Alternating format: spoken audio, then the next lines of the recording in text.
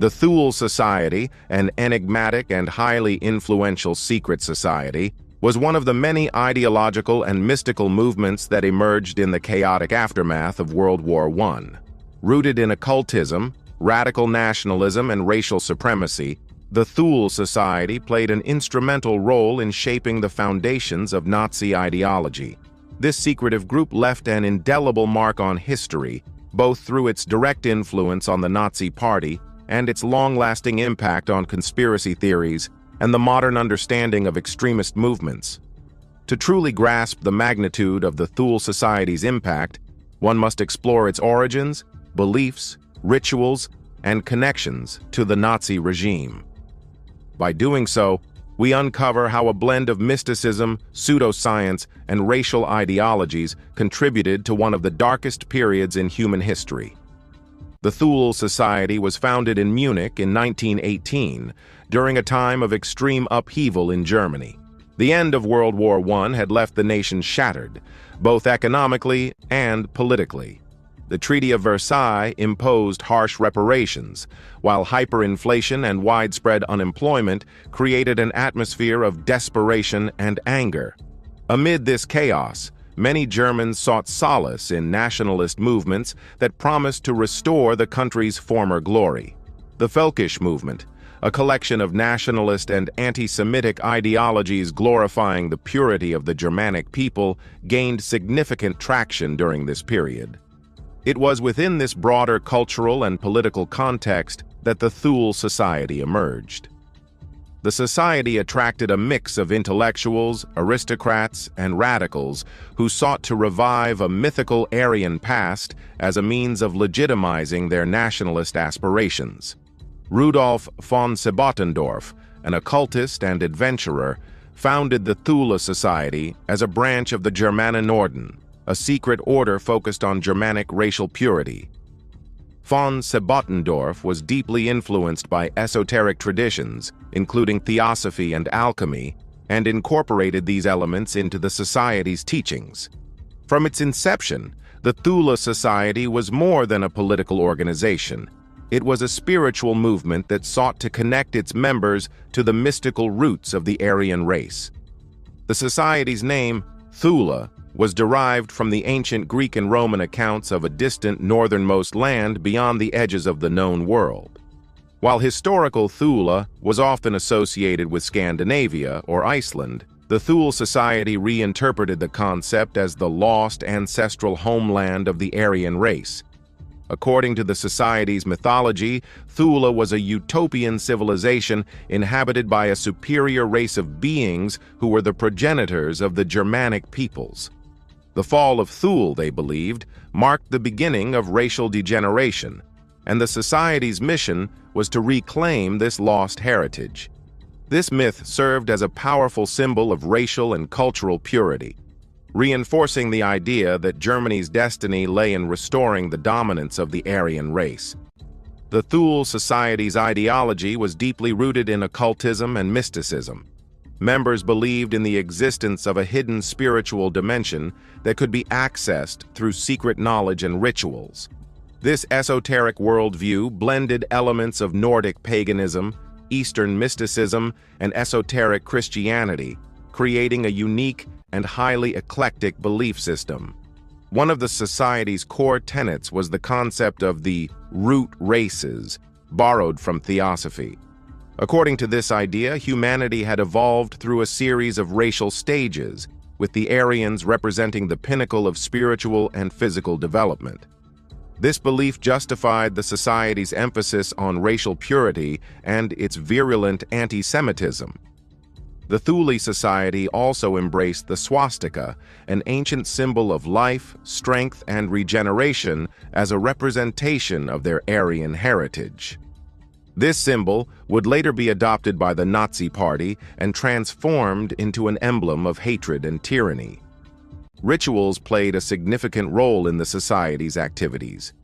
These ceremonies often involved invocations of ancient Aryan gods, meditation practices designed to awaken latent spiritual powers, and attempts to commune with the hidden forces of the universe. The secrecy and exclusivity surrounding these rituals added to the society's allure, attracting individuals who were drawn to its mystique and sense of purpose. While the Thule Society's occult practices were central to its identity, its political and social beliefs were equally significant. The society was vehemently anti-Semitic, viewing Jews as the primary obstacle to the realization of Germany's nationalist aspirations. This hatred was rooted in pseudo-scientific racial theories that depicted Jews as biologically and culturally inferior. The society also promoted the idea of Germany as a spiritually chosen nation destined to lead the world. This belief was closely tied to their mythology of Thule and the Aryan race. By framing their nationalism in spiritual terms, the Thule Society provided a powerful ideological justification for their political ambitions. The Thule Society's transition from an esoteric group to a political force began in the chaotic early years of the Weimar Republic. The Society's members were deeply involved in right-wing politics, and they sought to influence the direction of Germany's future by promoting nationalist and anti-Semitic agendas. In 1919, the Thule Society played a key role in the founding of the German Workers' Party DAP, a precursor to the Nazi Party. While the DAP was initially a small and insignificant group, it gained prominence under the leadership of Adolf Hitler, who joined the party later that year. Although Hitler was not a formal member of the Thule Society, he was heavily influenced by its ideas, particularly its emphasis on Aryan superiority and its anti-Semitic worldview. Key members of the Thule Society, including Rudolf Hess, Alfred Rosenberg, and Dietrich Eckart, were instrumental in shaping Hitler's early political career. Eckart, in particular, served as a mentor to Hitler, introducing him to the Society's ideology and promoting him as the savior of Germany. As the Nazi Party gained traction in the 1920s and 1930s, the Thule Society began to fade into obscurity.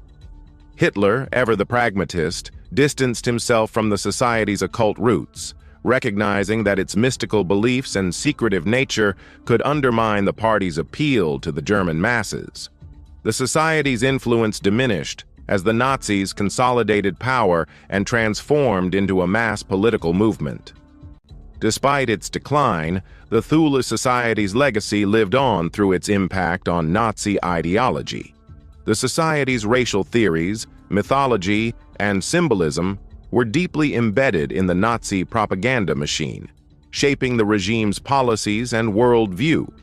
The Thule Society's shadowy history has made it a subject of fascination and speculation in modern times. Conspiracy theories often depict the Society as a sinister cabal that possessed secret knowledge of advanced technologies, ancient civilizations, or even extraterrestrial beings. While these claims lack credible evidence, they reflect the enduring mystique of the Thule Society and its association with the occult. The Society also serves as a cautionary tale about the dangers of blending mysticism with political ideology. By fusing occult beliefs with racial and nationalist ideologies, the Thule Society created a powerful narrative that justified hatred and violence. This narrative, in turn, paved the way for the atrocities of the Nazi regime. The Thule Society occupies a unique and troubling place in history. It was a product of its time, born out of the social, political, and spiritual upheaval of post-World War I Germany. Through its blend of mysticism, nationalism, and anti-Semitism, the Society laid the ideological groundwork for one of history's most destructive regimes. As we reflect on the Thule Society's legacy, we are reminded of the dangers of extremism and the human capacity for both creation and destruction. The Society's rise and fall offer valuable lessons about the interplay between ideology, power, and the allure of mysticism in times of uncertainty. By studying this dark chapter in history, we can better understand the forces that shape our world and strive to prevent such tragedies from occurring again.